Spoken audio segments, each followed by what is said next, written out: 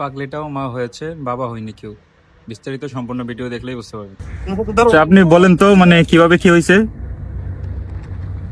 আমি জালে মানে বাজারও দেখা তুলতাম হ্যাঁ বইছি পরে 2 মিনিট এমন যাইতেছে বেড়িতে বলে দেখছে ঘুরেছে। আচ্ছা আপনারা পরে এই বেড়িতে দৌড়ে আইতেছে মিনিটের মাসে মাসে মাসে আমি আইছি আমার পরে কি দাদু ঘুরেছে পরে হুইটা ঘুরেছে পরে আমি তুলে বইছে বই আমি কেন যাতা ধর দৌড়ে সাইরা তো ফুল দে পরে দা আমি দৌড়ছি যাতা দা দৌড়ে সাইরা পরে ইয়া দিছে পরে আমি আল্লাহর রহমতে দয়ালের দোয়া আনতে শুরু করে দোয়া আমি বাচ্চাটা হালাস আলহামদুলিল্লাহ। বাচ্চা সুস্থ আছে তো নাকি?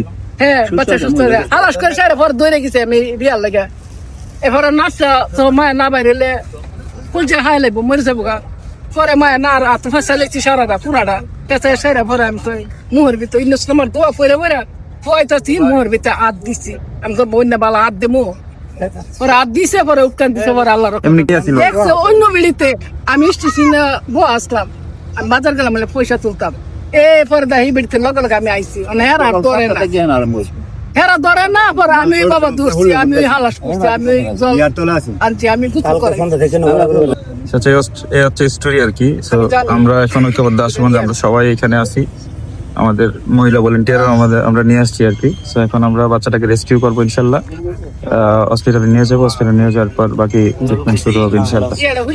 তো আপনারা আমাদের জন্য দোয়া করবেন। একটা কথা হচ্ছে যে এখন আমরা এই বাচ্চাটাকে কি করতে পারি আসলে সেটাও ভাববো, আমরা চেষ্টা করবো আর কি, যেটা ভালো হয় এই বাচ্চা এবং বাচ্চার মার জন্য আমরা সেটাই করবো আর কি ইনশাল্লাহ। বাচ্চা প্রসব করছে গতকালকের আগে কোনোদিন আশুগঞ্জ ওনারে দেখিনি, তখন আমার কাজের ঘরের মধ্যে ঘোরাঘুরি যখন করতেছে কিন্তু আমি তো আর জানি না যে প্রসব ব্যথা ঘোরাঘুরি করতেছে, ভাবছি পাগল। তখন ঘোরাঘুরির সময় যে ভিক্ষা করতে যাবো মহিলারা, আজকে শুক্রবার দিন বৃদ্ধ মহিলা দেখাবো ভাবছে যে আমি বাচ্চা প্রসব করবো। পরে এই যে ভিক্ষুক আরো 3-4 জন মহিলা নিয়ে ইয়া করছে, সহযোগিতা করছে। আমি তখন পর্যন্ত তার কাছে ছিল। পরে এখন যা কিছু করার তার ড্রাইভারের কাছে টাকা টুকা উঠাইলাম, যতটুকু সামর্থ্য অনুযায়ী করলাম। তারপর আমরা চিকিৎসার জন্য মা ও শিশুকে উপজেলা স্বাস্থ্য কমপ্লেক্সে নিয়ে যাই।